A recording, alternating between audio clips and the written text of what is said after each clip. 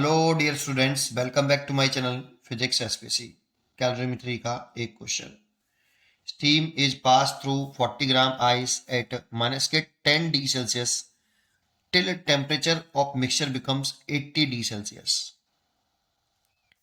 Mass of mixture will be approximately. चार choice रखे हैं। सोल्यूशन देखो, स्टीम का हमें मास गिवन नहीं है यहाँ पे, तो लेट कर लो कि स्टीम का मास m ग्राम है। m gram steam at 100 degree Celsius. अब ये 100 डिग्री सेल्सियस क्यों एज्यूम किया ये भी बता दूंगा। इसको मिक्स कर रहे हैं किसमें, 40 ग्राम आइस एट माइनस के 10 डिग्री सेल्सियस, और ये एक मिक्सचर बन गया बेटा। से एक सिस्टम मान लो आप। अब इन दोनों को जब मिक्स करते हैं ना, तो फाइनल जो टेम्परेचर हो जाए वो कितना हो जाए, 80 डिग्री सेल्सियस हो जाए। तो मास of mixture will be approximately पूछ रहा है। ठीक है, तो इस क्वेश्चन को करने के लिए पहले कुछ जानकारी होनी चाहिए आपको। तो अगर आपको जानकारी है तो आप स्किप कर सकते हैं। थोड़ी सी मैं जानकारी, बेसिक जानकारी देता हूँ, फिर करते हैं उस क्वेश्चन को। नंबर 1, सबसे पहले कुछ डाटा हमें लर्न होना चाहिए। जैसे इस क्वेश्चन में कोई डाटा गिवन नहीं है, जैसे स्पेसिफिक हीट ऑफ आइस और specific heat of steam same होती है, और 1/2 कैलोरी पर ग्राम डिग्री सेल्सियस। अगर जूल में चाहिए होती तो 1/2, 1 कैलोरी में 4.2 जूल ओवर 10 की पावर माइनस के 3 kg पर डिग्री सेल्सियस। 1 कैलोरी में 4.2 जूल होते हैं ना, और 1 ग्राम में 10 पावर माइनस के 3 किलोग्राम होते हैं। तो ये याद करना चाहिए, वैसे हमें ये लर्न होना चाहिए बेटा। एक ये लर्न होना चाहिए। दूसरा, स्पेसिफिक हीट ऑफ वाटर याद होना चाहिए, 1 कैलोरी पर ग्राम डिग्री सेल्सियस। तीसरा, latent heat of fusion of ice हमें लर्न होना चाहिए 80 ग्राम पर कैलोरी। और latent heat of vaporisation, latent heat of vaporisation of water हमें लर्न होना चाहिए 540 ग्राम पर कैलोरी। अगर इसे जूल पर कैलोरी में, सॉरी जूल पर किलोग्राम पर जूल में, ये गलत लिख दिया यार, कैलोरी पर ग्राम, कैलोरी पर ग्राम। जूल पर किलोग्राम में चेंज करना हो तो जूल पर किलोग्राम में चेंज कर सकते हो इनको। ठीक है, ये पहले डाटा हमें लर्न होना चाहिए एक। दूसरा, जब स्टेट चेंज करते हैं ना, स्टेट या फिर फेज, तो ये कांस्टेंट टेम्परेचर पर चेंज होता है। कांस्टेंट टेम्परेचर पर चेंज होता है कि किसी भी टेम्परेचर पर, ऐसा नहीं कि किसी भी टेम्परेचर पर आप फेज चेंज कर दो। फेज एक कांस्टेंट टेम्परेचर पर होता है। किस पर होता है, जैसे अगर मैं सॉलिड है उसे मैं लिक्विड में कन्वर्ट कर रहा हूं, सॉलिड है वो लिक्विड में कन्वर्ट हो रहा है, तो ये मेल्टिंग पॉइंट पर होगा या फ्रीजिंग पॉइंट पर होगा। मेल्टिंग पॉइंट पर होगा या फिर फ्रीजिंग पॉइंट, ये एक ही पॉइंट होता है बेटा। आइस से वाटर बनना है तो मेल्टिंग पॉइंट कह देते हैं, और वाटर से सॉलिड आइस बन रही है तो फ्रीजिंग पॉइंट बोल देते हैं। लेकिन सेम टेम्परेचर पर होता है ना फ्रीजिंग पॉइंट, और आइस का और वाटर का जो मेल्टिंग पॉइंट और फ्रीजिंग पॉइंट है वो 0 डिग्री सेल्सियस है। सॉलिड से जब भी लिक्विड बदलेगी तो एक कांस्टेंट टेम्परेचर पर हो रहा है बेटा। इसमें टेम्परेचर कांस्टेंट है, और वो है आपका इन केस ऑफ वाटर, मैं लिख देता हूँ, इन case of ice and water, जो मेल्टिंग पॉइंट या फ्रीजिंग पॉइंट होता है वो 0 डिग्री सेल्सियस पर होता है बेटा, जो कि एक कांस्टेंट टेम्परेचर है ना। ये मेल्टिंग पॉइंट या फिर फ्रीजिंग पॉइंट है। और इस जब सॉलिड लिक्विड में कन्वर्ट होता है ना, तो हीट एनर्जी एब्जॉर्ब करता है सॉलिड। सॉलिड को हीट एनर्जी चाहिए होगी मेल्ट होने के लिए लिक्विड में, कितनी, मास into latent heat of fusion लिखते हैं बेटा इसमें। और लिक्विड जब सॉलिड में कन्वर्ट होता है ये, तब वो एनर्जी रिलीज करता है। लिक्विड हीट एनर्जी रिलीज करेगा अगर सॉलिड में कन्वर्ट होगा तो कितनी, मास into latent of heat of fusion. एक तो पॉइंट ये है, ये कांस्टेंट टेम्परेचर पर होता है, मेल्टिंग पॉइंट या फ्रीजिंग पॉइंट, जो कि वाटर और आइस के लिए 0 डिग्री सेल्सियस होता है। ठीक है। अच्छा, दूसरा है लिक्विड और वेपर या फिर स्टीम। लिक्विड से जब वेपर बनते हैं तो ये भी एक कांस्टेंट टेम्परेचर पर होता है, बॉइलिंग पॉइंट पर। किसी भी टेम्परेचर पर नहीं होता बेटा बॉइलिंग टेम्परेचर या बॉइलिंग पॉइंट, क्योंकि एक कांस्टेंट टेम्परेचर पर होती है प्रोसेस है ना। बॉइलिंग प्रोसेस जो होती है एक कांस्टेंट टेम्परेचर पर होती है, और जब वो लिक्विड से वेपर या स्टीम में बदलता है तो हीट एनर्जी लिक्विड एब्जॉर्व करेगा। Mass into latent heat of vaporisation बोलते हैं उसको। और वेपर लिक्विड में कन्वर्ट होगा तो रिलीज करेगी स्टीम, हीट एनर्जी रिलीज करेगा। रिलीज कितना, M into latent heat of vaporisation ये। और ये जो in case of water, in case of water जो बॉइलिंग पॉइंट होता है, बॉइलिंग पॉइंट कांस्टेंट टेम्परेचर पर होता है, ये बॉइलिंग प्रोसेस 100 डिग्री सेल्सियस होता है बेटा। इसीलिए देखो स्टीम को अगर मैं वाटर में कन्वर्ट करना चाहूँ तो ये स्टीम है, इसको मैं वाटर में कन्वर्ट करना चाह रहा हूँ तो इसके लिए 100 डिग्री सेल्सियस टेम्परेचर चाहिए होता है। इसीलिए मैंने टेम्परेचर जो लिया है वो 100 डिग्री सेल्सियस ले लिया है ना। अभी बताता हूँ क्यों, और भी समझ में आएगा। दूसरा स्टेट चेंज हो रही है ना, सॉरी केवल टेम्परेचर चेंज हो रहा है, ओनली ओनली टेम्परेचर क्या हो रहा हो, चेंज। टेम्परेचर अगर चेंज हो रहा हो ओनली तो Q बराबर M S delta T use करते हैं। एस इज स्पेसिफिक हीट है ना, तो ये हमें ध्यान रखना चाहिए सबसे पहले। अब अपने क्वेश्चन पर आते हैं। देखो M gram steam at 100 degree Celsius है, 40 ग्राम आइस है एट -10 डिग्री सेल्सियस। इन दोनों को मिक्स किया तो एक सिस्टम बन गया। जानते हो सिस्टम बाहर से कोई एनर्जी ना लेगा ना देगा, आउटसाइड सराउंडिंग से कोई एनर्जी नहीं लेगा बेटा। सिस्टम के अंदर ही केवल हीट एनर्जी का रिडिस्ट्रीब्यूशन होगा। ये अगर हीट एनर्जी रिलीज कर रहा है तो ये हीट एनर्जी एब्जॉर्ब करेगा, जितनी ये एनर्जी रिलीज करेगा उसी को ये एब्जॉर्ब करेगा। केवल हीट एनर्जी सिस्टम के इनसाइड रिडिस्ट्रीब्यूट हो सकती है, लेकिन बाहर से नहीं लेगा सराउंडिंग से। दैट मीन्स सिस्टम और आइस, इन दोनों की जो हीट एनर्जी होगी एब्जॉर्ब और रिलीज, उन दोनों का सम 0 रहेगा। ठीक है। अब मेन क्वेश्चन पर आते हैं।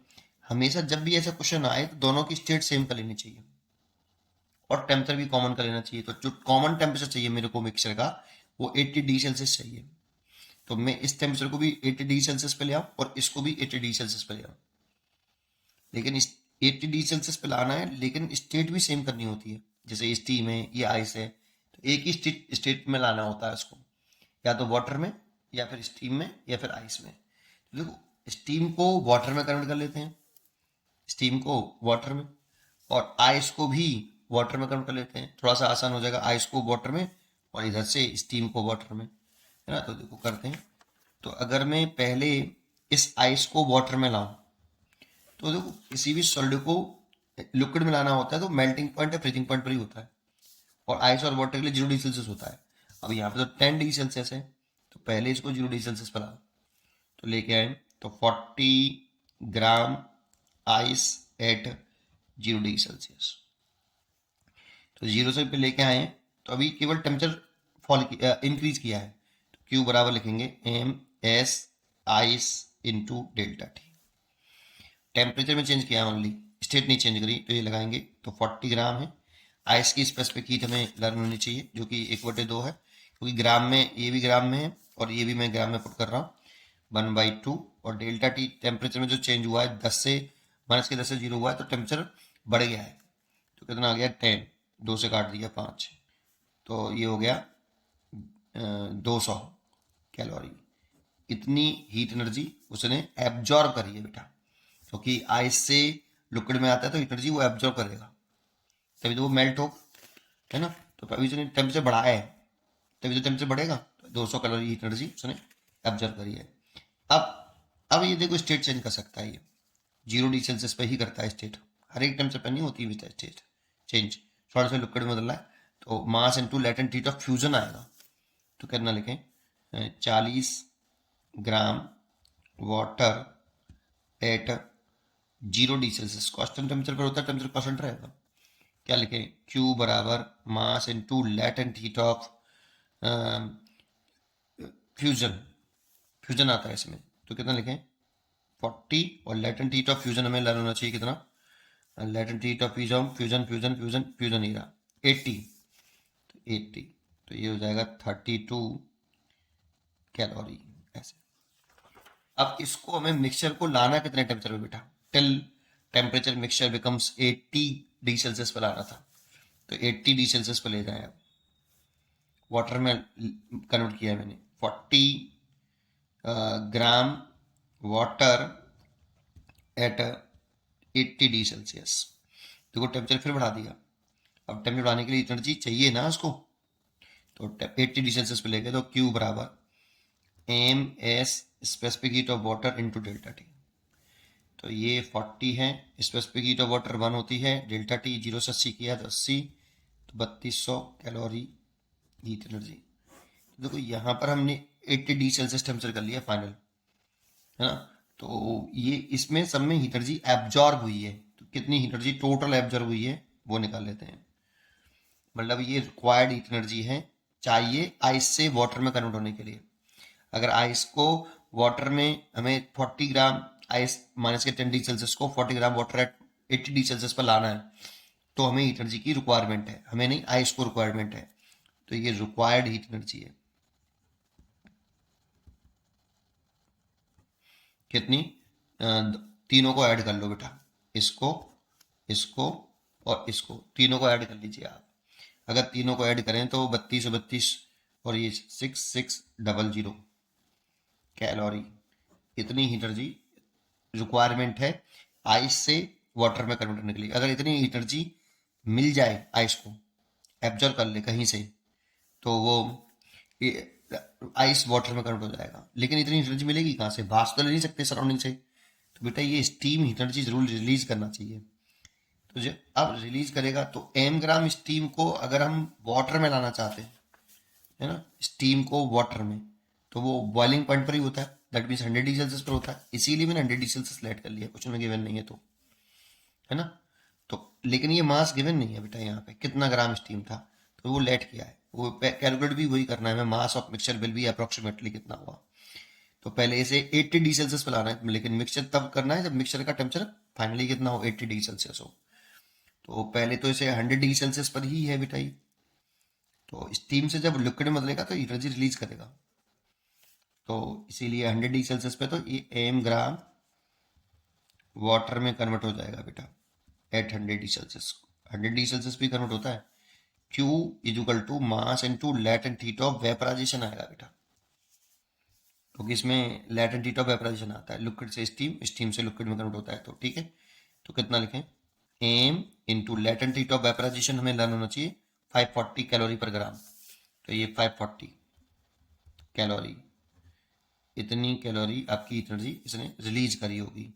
अब इसको भी हम कितने टेम्परेचर पे ले आए, 80 फाइनल टेम्परेचर तो 80 डिग्री सेल्सियस रखना है, तो लेकिन अब वाटर से वाटर में लाना है, तो स्टेट नहीं चेंज करनी है, तो केवल टेम्परेचर फॉल करना है, और जब टेम्परेचर फॉल करोगे तो वाटर एनर्जी रिलीज करेगा, है ना, एट 80 डिग्री सेल्सियस, तो रिलीज करी होगी Q बराबर M in specific heat into delta T ऐसे। तो स्पेसिफिक हीट ऑफ वाटर, तो एम तो कितना है पता नहीं है, स्पेसिफिक हीट ऑफ वाटर 1 होता है, और डेल्टा टी टेम्परेचर जो फॉल हुआ है वो 20 डिग्री सेल्सियस फॉल हुआ है 20। देखो ये भी वाटर में आ गया मिक्सचर, और ये भी वाटर में आ गया, तो इस समय हीट एनर्जी रिलीज कितनी करी, रिलीज हीट एनर्जी इसने रिलीज करी है कितनी, तो 20 m और 540 कितना हो गया, 560 m कैलोरी हीट एनर्जी इसने रिलीज करी है। मतलब ये अवेलेबल हीट है, अवेलेबल हीट एनर्जी। अब देखो ये जितनी एनर्जी इसने रिलीज करी है ये उसको क्या करेगा, एब्जॉर्ब करेगा, है ना। लेकिन हमारे पास जो मिक्सचर अवेलेबल है अब वो मिक्सचर कितना है, तो एम, मेरे पास जो मिक्सचर अवेलेबल है वो एम ग्राम वाटर है 80 डिग्री सेल्सियस पर और 40 ग्राम वाटर है एट 80 डिग्री सेल्सियस। तो टोटल कितना वाटर हो गया, M plus 40 sorry M plus 40 ग्राम वाटर अवेलेबल है और कितने टेम्परेचर पर, 80 डिग्री सेल्सियस पर। इतना मेरे पास अवेलेबल है बेटा, मिक्सचर हो गया, ये मिक्सचर हो गया आपका, है ना।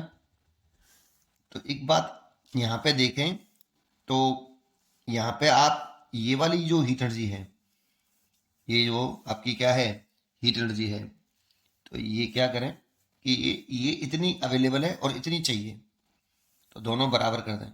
Q अवेलेबल हीट मतलब release heat is equal to Q absorbed heat. क्योंकि बेटा इसको चाहिए होती है, कहाँ से लाएगा बेटा, बाहर से ले नहीं सकता। केवल हीट का अंदर एनर्जी का रिडिस्ट्रीब्यूशन होता है, इसलिए जितनी एनर्जी इसने रिलीज करी ये उसको एब्जॉर्ब कर लेगा, बराबर होना चाहिए ये। तो 560 एम इज इक्वल टू 6600। तो देखो ये जीरो से ये जीरो कैंसिल हो गया, एम इज इक्वल टू लिखे हैं 660 बटे 56। जब इसका हम इसमें डिवाइड करते हैं ना तो ये हमें मिलता है 11.78 ग्राम। इतना आपका स्टीम का मास आ गया, ये तो स्टीम का मास है तो मैंने एम ग्राम माना था, तो ये स्टीम आ गई बेटा, इतनी स्टीम का मास हो गया, ठीक है नहीं। तो मिक्सचर मेरे पास ये है पूरा, तो मिक्सचर का टोटल मास कितना हो जाएगा, mass of mixture at 40 degree Celsius, mass of mixture, और ये तब है जब at 80 degree Celsius final temperature था, कितना, M plus 40 gram of water, water होगा वो मिक्सचर के रूप में, तो 11.78, ये जो स्टीम थी वो कन्वर्ट हो चुकी है वाटर में बेटा, है ना, प्लस 40, इस दोनों को ऐड कर लें तो ये 51.78 ग्राम वाटर आ जाएगा, 80 डिग्री सेल्सियस पर होगा, तो अप्रोक्सीमेट से 52 gram water at 80 degree Celsius ले सकते हैं। मिक्सचर इतना होगा बेटा 52, इसलिए इसका जो चॉइस होगी वो बी चॉइस इज करेक्ट। पढ़ते रहिए और खुश रहिए, थैंक यू।